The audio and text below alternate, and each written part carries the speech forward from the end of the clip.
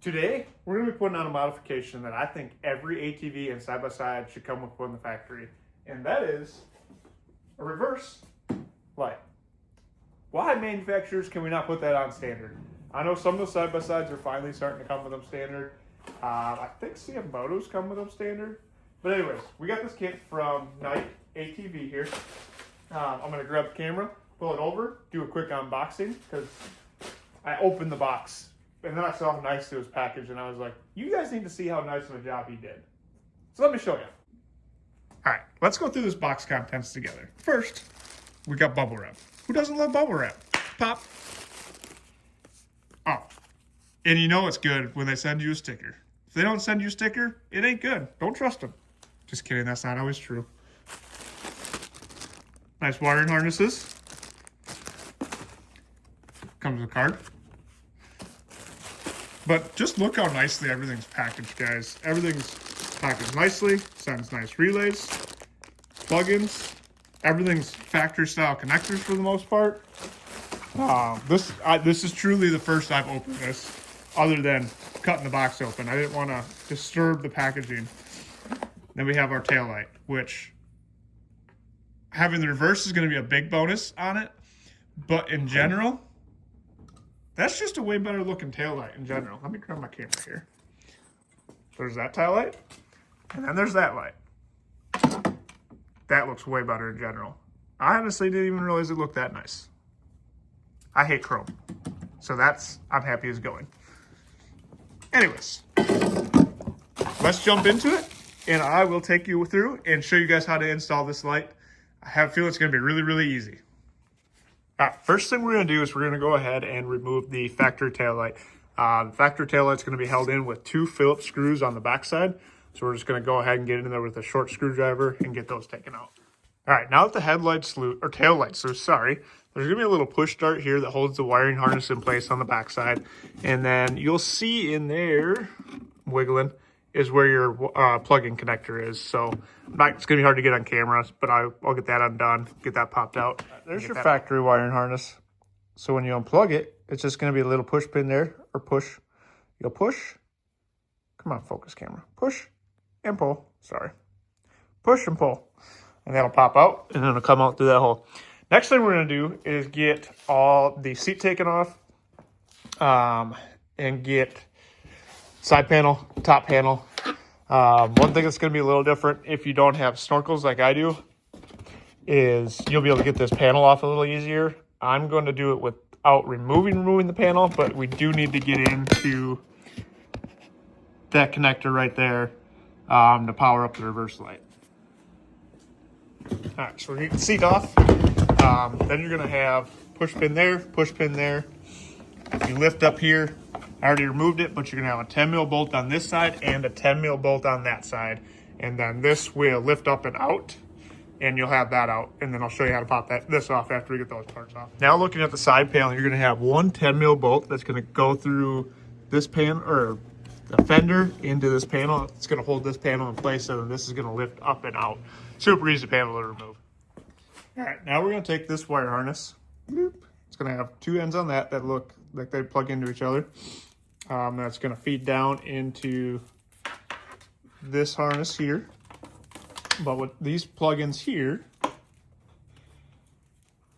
these ones here are going to lift up. You're going to lift up this panel here, or take it off if you don't have snorkels on here.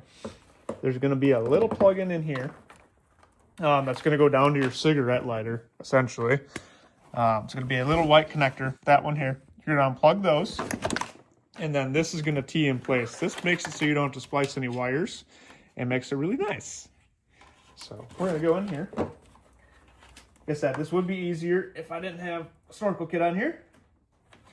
I'm going to grab a little flat screwdriver. Hold it. All right, now that that's undone, you can see that end of the plug in there.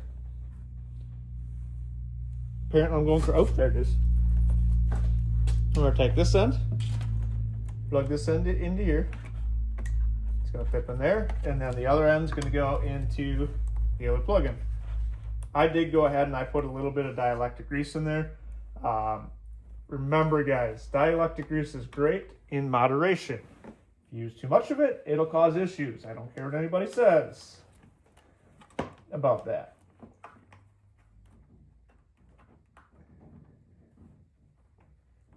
Come on. All right. Heard those both click in. Now we're going to route our wiring down and around, and I will show you where this plugs in. It's kind of hard to see, but I will show you the best I can. We're going to put just a tab of dielectric grease on both ends of this. Like I said, dielectric grease is great in moderation. So we're just going to go ahead. We'll zip tie this stuff up afterwards. Going to follow this line down here. Coming up camera view. We're going to come down through here. I'm going to go on the bottom side here. Oop. Helps if I point the camera the right way, huh, guys?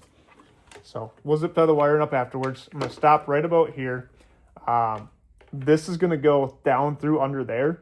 I'm going to go to the other side of the four-wheeler so you guys can see what sensor we're going at a little bit easier. All right, so right down in here is going to be your reverse sensor. So what's that's going to do is when your ATV is in reverse, it's going to send a signal, which is going to put power to this wire, which is going to allow the reverse light to come on. So we're going to go ahead and unplug that.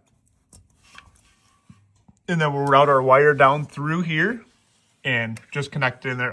It's going to be hard to show you on camera, but I will show you what it looks like after it's plugged in. All right, so as you can see, that end is plugged into the connector that was plugged into the sensor. The sensor is plugged in there, so it's going to Y off. One's going to go to the sensor, one's going to go up to the reverse light. Come around to the other side.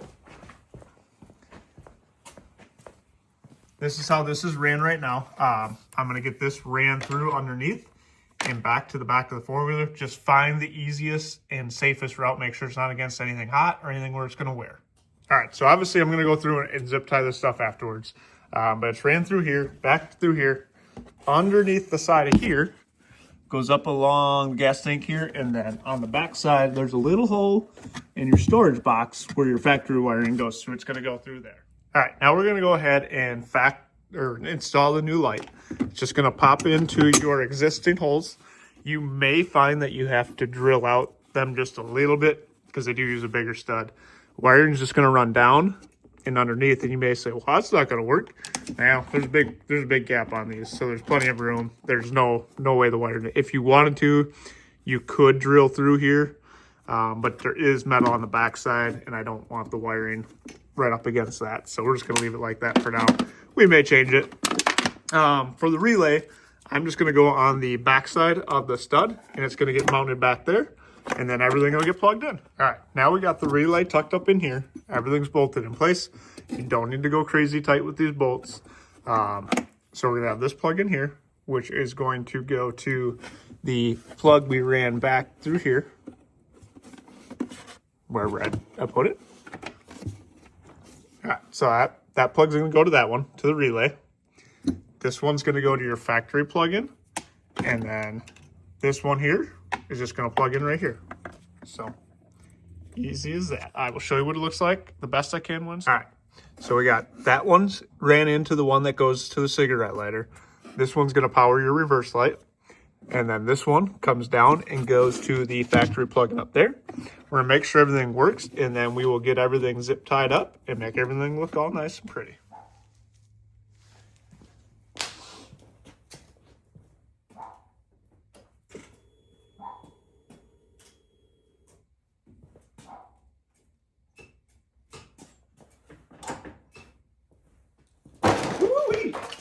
Look at that. Ain't that pretty?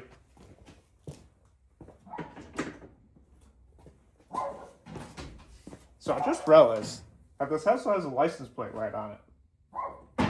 Pretty neat. Now, don't know if I'll ever need that. But in general, that just looks way better than the factory taillight in my opinion. What do you guys think? All right, now that we know everything works, we're gonna go through, zip tie all of our wiring up, cut our zip ties because we're not crazy people. And then we're going to go ahead and put all the plastics back together and we're done. Easy as that. Realistically, guys, this took me, if it wasn't for the videoing, I could have had this done in probably a half hour. But I was videoing, so it takes me a little bit longer for that. Like I said, it'll be easier if you don't have snorkels on. It really isn't hard. It's just, you gotta take some things apart and get into some places, but not too bad. That's gonna do it for this install video. Not only does this look way better than this, but it also adds quite a bit of function to it as well. Now, one thing I did notice is, yes, it has that license plate light on it, but it really doesn't do any good because it's covered up by here. The nice thing is though, is if you do use this for storage, it does add some light to your storage box.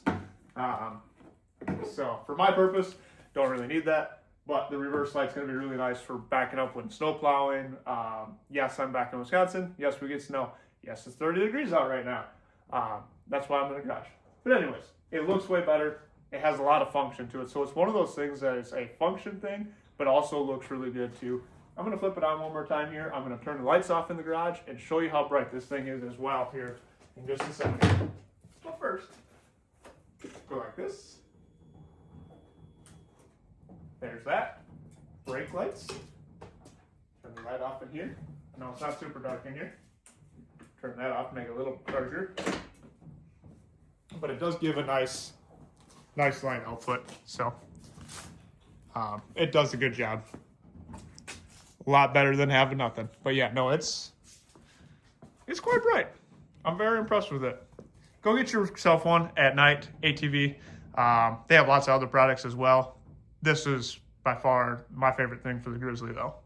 All right, guys. Now that that's all wrapped up, a little talk here real quick. I'm going to try and get back into the videos. I don't have a whole lot I can do. I'm hoping for snow here soon, being that we're in Wisconsin, and we can get some winter riding in and some snow because we haven't got to see that for a while. But if there's anything else you guys want to see done to the Grizzly, done to the Razor, we'll try and make it happen. I'm on a budget, trying to make things work right now, and trying to get back into the videos for you guys. I'm going to try and get to weekly uploads again. Not going to guarantee it. If there's anything you guys want to see ATV related talked about too, let me know. I'm back in the garage where it all started on the YouTube here. So that's kind of cool too. If you guys are OG followers, you will recognize this garage. Have a great day, guys, and I'll catch you in the next one.